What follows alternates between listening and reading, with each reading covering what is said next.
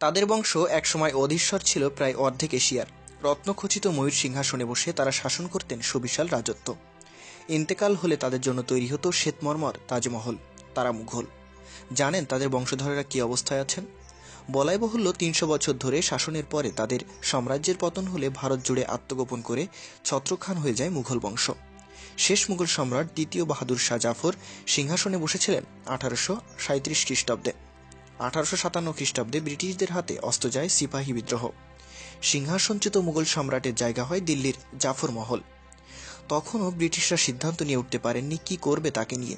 শেষে 1858 খ্রিস্টাব্দে তাকে নির্বাসনে পাঠানো হয় রেঙ্গুনে। শেষ মুঘল সম্রাটের সঙ্গে ছিলেন তার এক স্ত্রী জিনাত মহল এবং পরিবারের কয়েকজন সদস্য। সেখানে 5 বছর কাটাবার পর 87 বছর বয়সে প্রয়াত হন দ্বিতীয় বাহাদুর শাহ জাফর 1863 খ্রিস্টাব্দে। স্ত্রী জিনাতের মৃত্যু হয় 1886 খ্রিস্টাব্দে। রেঙ্গুনে 1991 সালে এক নির্মাণ কাজের সময়ে আবিষ্কৃত হয় তাদের সমাধি, সঙ্গে তাদের এক নাতনির সমাধিও। যাই হোক, শেষ মুঘল সম্রাট তো চলে গেলেন নির্বাসনে। ভারতবর্ষে ছড়িয়ে পড়ল তার উত্তরসূরিরা। শোনা যায় কলকাতায় চলে গিয়েছিলেন 70 জন মুঘল বংশীয় উত্তরসূরি। সম্প্রতি তাদের মধ্যে যাকে নিয়ে সবচেয়ে বেশি চর্চা হয়েছে তিনি হলেন সুলতানা বেগম। সুলতানার দাবি তিনি মুঘল বেগম, শেষ মুঘল সম্রাট দ্বিতীয় বাহাদুর শাহ জাফরের নাতির পুত্রবধূ, অর্থাৎ সুলতানার শ্বশুর মশাইয়ের ঠাকুরদা ছিলেন নির্বাসিত শেষ মুঘল সম্রাট। প্রমাণ হিসেবে রয়েছে কিছু পারিবারিক নথি ও ছবি।